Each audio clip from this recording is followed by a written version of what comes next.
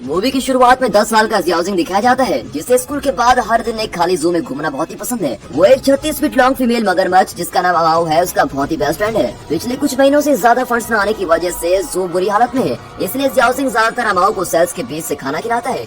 अब एक दोपहर वो क्रोकोडाइल पूल के पास होता है जब हवा से उसका टेस्ट पेपर सेल में उड़ जाता है। जियाओजिंग संभाल के उसको वापस लेने जाता है, तभी वो अमाओ को एक गुफा में देखता है। वो उसके लिए एक सॉसेज का पीस पकड़ता है, पर जू के ओनर लियो के आने पर रोक देता है। वो जल्दी से उस बच्चे को वहाँ से बाहर लाता है और अपनी जिंदगी को खतरे में डालने के लिए उसको डांटता है। जब वो वहीं होते हैं तो एक बदमाश रेस्टोरेंट वर्कर्स का ग्रुप जू में आता है। लियो अब क्रोकोडाइल्स का ख्याल नहीं रख पाता, इसीलिए उसने उन्हें रेस्टोरेंट को बेचने का फैसला किया है। लियो उन जानवरों से बहुत ही प्यार करता है, पर उसकी हालत बहुत ही खराब है और इसी कारण वो उन जानवरों को और नहीं रख सकता। अब छोटे जानवर तो बहुत ही आसानी से वायर्स की गिरफ्त में आ जाते हैं, पर अमाओ के में छुप जाती है और उनकी पकड़ में नहीं आती है। अमाओ बस लियो पर भरोसा करती है, इसीलिए वो उसको एक स्टिक से बाहर निकालता है। अब जरा सा बाहर आने पे उसको इंस्टेंटली वश में किया जाता है और एक व्हीकल में डाल के उसको ले जा लेते हैं। फिर हमें एक यंग वुमेन येन से मिलवाया जाता है, जो अभी अभी बहुत पैसे कमाकर फॉरेन कंट्री से लौटी है। यहाँ तक कि उसके पास एक बैग भी है जो क्रोकोडाइल लेदर से बना हुआ है और उसमें $1 मिलियन है। अब शहर की तरफ जाते हुए येन और उसके बॉयफ्रेंड के बीच खतरनाक बहस हो जाती है, जिस कारण उसका बॉयफ्रेंड उसको बीच हाईवे में ही छोड़ देता है। दूसरी तरफ बायर्स उन क्रोकोडाइल्स को एक लोकल रेस्टोरेंट में लेके जाते हैं जो जुआओ नाम के गैंगस्टर का है। वो उन जानवरों को मार के उनका मीट और फॉरेनर्स को बहुत ही ज्यादा दाम में बेचने का प्लान करता है। अब एक एक्सपर्ट कुक आता है जो क्रोकोडाइल्स को मारने की जिम्मेदारी लेता है। जो छोटे अनकॉन्शियस क्रोकोडाइल होते हैं उनको मारने में उसको कोई प्रॉब्लम नहीं आती, लेकिन जैसी बारी अमाओ की आती है तो उसकी हालत खराब हो जाती है, क्योंकि वो अचानक से उन पर अटैक करती है। जिन रस्सियों से उसको बांधा हुआ होता है वो इतनी मजबूत नहीं है कि उसको रोक सके और कुछ ही सेकंड्स में वो उनको तोड़ के लोगों की तरफ भागती है जो उसको मारने की कोशिश कर रहे थे। और उस सब के दौरान वो गलती से अपनी पूंछ से छत को तोड़ देती है, जिस वजह से कोको पूल में गिर जाता है जहाँ बाकी क्रोकोडाइल्स होते हैं और वो क्रोकोडाइल्स उसकी चटनी बना देते हैं। तभी वर्कर्स का ध्यान कहीं और होता है तो अमाओ दरवाजा तोड़ के वहाँ से भाग जाती है। अब जुआओ बहुत ही पैनिक करता है और अपने एम्प्लॉइज को गैर जिम्मेदार होने का इल्जाम लगाता है। वो उन्हें अमाओ के भागने का एक राज रखने को बोलता है, क्योंकि अगर वो पकड़ा गया तो उसको जेल जाना पड़ेगा। अब जियाओजिंग के घर में उसके पिता बिजी जो एक पुलिस वाले हैं उस पर गुस्सा करते हैं, क्योंकि उसने अपना टेस्ट पेपर खो दिया है। जियाओजिंग जो उसके साथ हुआ है वो अपने पिता को बताता है, पर उसके पिता को लगता है कि वो बस अपने बुरे रिजल्ट को छुपाने के लिए ये कहानियां बना रहा है। कुछ देर बाद बिजी जियाओजिंग को घर में रहने को बोलता है और उसको बंद कर देता है और खुद काम पे चला जाता है। दूसरी तरफ येन अपने बॉयफ्रेंड को खोजते हुए 1 घंटे से हाईवे पे चल रही है। वो अपने बैग को कसकर पकड़ती है, उसके पास पैसे हैं ये सोचकर वो बहुत ही सुकून महसूस करती है। वो फैसला करती है कि वो एक टी फार्म के थ्रू बस स्टेशन के लिए निकल जाएगी, जो कि एक शॉर्टकट भी है। लेकिन बहुत जल्द उसका ये फैसला गलत हो जाता है, क्योंकि उसके सामने 36 फीट लंबा क्रोकोडाइल उसका रास्ता रोक लेता है। वो डर के अपनी जान बचाने के लिए खंबे पे चढ़ जाती है। जब वो जानवर हिलता है तो वो अपने बैग से मार के उसको दूर भगाने की कोशिश करती है, लेकिन उसे फिर से अपने फैसले पर अफसोस होता है, क्योंकि अमाओ उसका पूरा बैग खा जाती है और बैग खाने के तुरंत बाद वो वहाँ से चली जाती है, जिस कारण येन शॉक हो जाती है। उसको एहसास होता है कि बैग की कीमत उसकी जिंदगी से भी ज्यादा है और वो जानवर की तलाश में भागती है। जब उसे वो जानवर नहीं मिलता तो वो एक कपल से पूछती है कि पुलिस स्टेशन कहाँ है, और यहाँ जियाओजिंग पढ़ने की जगह अपने घर में टाइम पास कर रहा होता है। तभी उसके दोस्त आते हैं और उसको पास के लेक पर चलने के लिए बुलाते हैं और शरारती जियाओजिंग ये सोचता है कि उसके पिता के घर वापस आने से पहले वो घर लौट आएगा और इसीलिए वो अपने दोस्तों के साथ नहाने चला जाता है। वेल दोस्तों, आपके पेरेंट्स से भी कम मार्क्स आने पर आपको कभी ग्राउंडेड किया है और फिर आप चुप के बाहर चले गए हो? क्या ऐसा कभी आपके साथ हुआ है? कमेंट्स आपके लिए खुले हैं, आप जरूर बताना। अब मूवी में आगे ये पुलिस स्टेशन पहुंच के बिजी को अपने बैग के बारे में बताती है, जिसमें उसका फोन और $1 मिलियन थे, जो अब एक मैसिव क्रोकोडाइल के पेट में है। ये कहानी इतनी अजीब होती है कि उसे लगता है कि येन उसको प्रैंक कर रही है। जब येन बार बार इंसिस्ट करती है कि वो सच बोल रही है तो बिजी उसे जायंट क्रोकोडाइल के होने का सबूत देने को बोलता है। वो उसको टी फार्म लेकर जाती है और वहाँ पर वो सब कुछ बताती है जो उसके साथ हुआ था। फिर वो उस कपल से भी मिलते हैं जो उसको पहले मिले थे और वो बोलते हैं कि उन्होंने तो इस एरिया में किसी जानवर को नहीं देखा। अब येन फिर भी इंसिस्ट करती है कि वो सच बोल रही है और उसको ऐसे बिहेव करते हुए देखकर उन्हें लगता है कि इसको मेंटल प्रॉब्लम है, जिस कारण उसे डिल्यूजन होते हैं। अब बिजी श्योर है कि येन उसके साथ पंगे ले रही है। वो दूर जाने लगता है पर येन उसका पीछा नहीं छोड़ती। वो उसे पूछती है कि शहर में ऐसी कौन सी जगह है जहाँ पर क्रोकोडाइल्स हैं। अभी बिजी को जू याद आता है।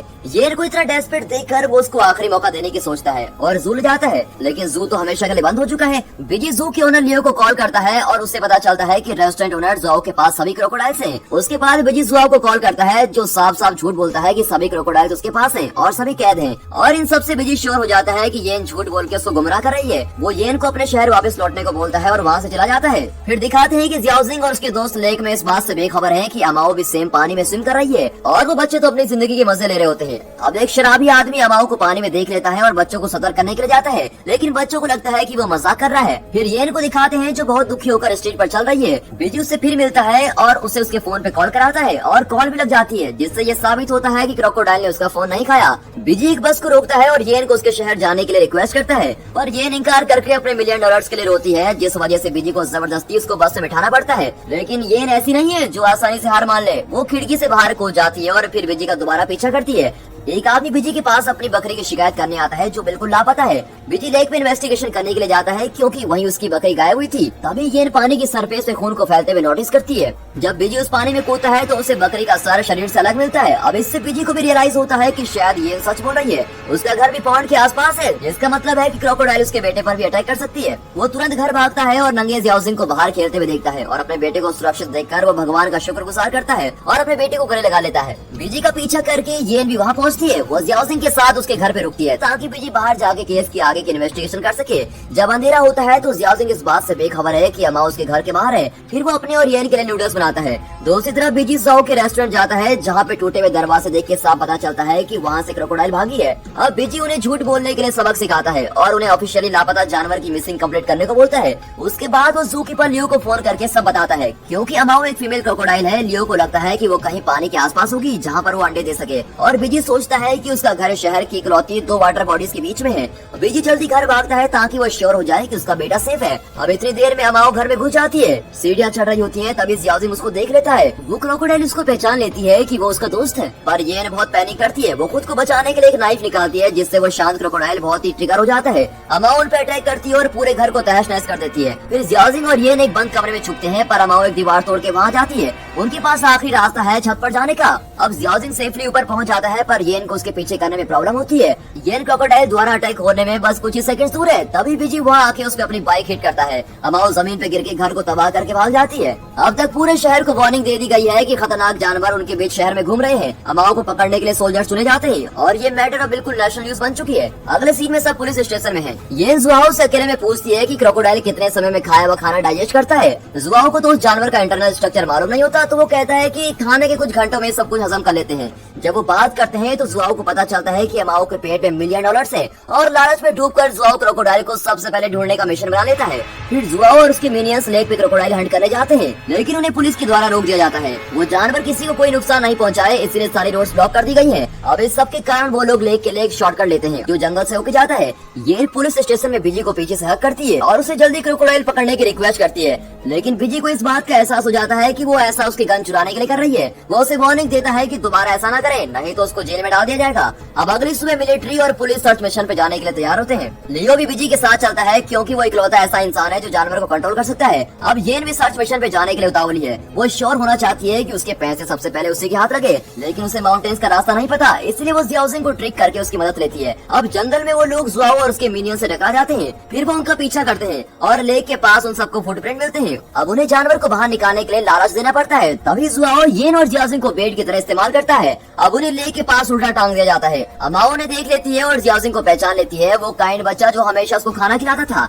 अब इसीलिए वो दोनों पे अटैक नहीं करती। तभी जुआओ का एक मिनियन उस पर हमला करता है, जिससे वो और ट्रिगर हो जाती है। अब अमाओ पानी में वापस भागती है, लेकिन साथ में जुआओ को भी अपने पीछे खींच लेती है क्योंकि वो एक फिशिंग नेट में फंसा हुआ है। बिजी और लियो वहाँ पहुँच के देखते हैं कि जुआओ बिना किसी इंजरी के सेफ है, लेकिन तभी अमाओ ऊपर से कूद के उसको खा जाती है। जियाओजिंग येन और लियो क्रोकोडाइल को कंट्रोल करने के लिए उसका पीछा करते हैं। अब येन उसको शूट करती है, जिस कारण वो और वायलेंट हो जाती है। अमाओ गाड़ी को स्मैक करके खेत में भाग जाती है। वो लोग टी फार्म में उसके ट्रैक को खो देते हैं, लेकिन हम उसे लेक में रोड की दूसरी साइड से दोबारा जाते हुए देखते हैं। पुलिस वो एरिया क्लियर करती है और लोगों को क्रोकोडाइल के लिए अलर्ट करती है। ये पुलिस को सजेशन देती है कि वो उसके फोन के जीपीएस का इस्तेमाल करके अमाओ को ट्रैक कर सकते हैं। पुलिस की डाटा निकालते ही उन्हें उसकी लोकेशन मिल जाती है। बिजी और लियो अमाओ को ढूंढने निकलते हैं क्योंकि बस लियो ही उसे कंट्रोल कर सकता है। उन्हें अमाओ लेक के शैलो पार्ट में दिखती है और वो उसको जल्दी लेक के किनारे पे लेके आते हैं। लियो उसको काफी अच्छे से शांत कर रहा होता है। तभी जुआओ का एक मिनियन उस पर अटैक करता है क्योंकि उसने उसके बॉस को मार दिया था। अमाओ को फिर से गुस्सा आ जाता है और वो नजर में आने वाले हर इंसान पे अटैक करने लगती है। लियो अपनी पूरी कोशिश करता है कि वो अमाओ को शांत करे, लेकिन वो उस पे भी अटैक कर देती है। अब आखिरी सोल्यूशन उसको मारने का बचता है, इसलिए बिजी उसके सर पे गोली मारता है जिससे वो मर जाती है। आखिरी में हमें अमाओ रोती हुई लियो की डेड बॉडी की तरफ देखती नजर आती है। वो कभी किसी को मारना नहीं चाहती थी और लियो को तो बिल्कुल भी नहीं, लेकिन खुद को बचाने के लिए उसको ऐसा सब करना पड़ा। आखिरी सीन में हमें ये दिखाई देती है जो अमाओ की डेड बॉडी से निकले हुए पैसे काउंट कर रही है। वो ज्यादातर डिस्ट्रॉय हो चुके हैं पर उन्हें फेंकना नहीं चाहती। फिर दिखाते हैं कि लेक के पास अमाओ के अंडों से बच्चे निकल रहे हैं। और दोस्तों यहाँ पर ये मूवी खत्म होती है। कमेंट्स में जरूर बताइएगा कि आपको ये मूवी कैसी लगी। And finally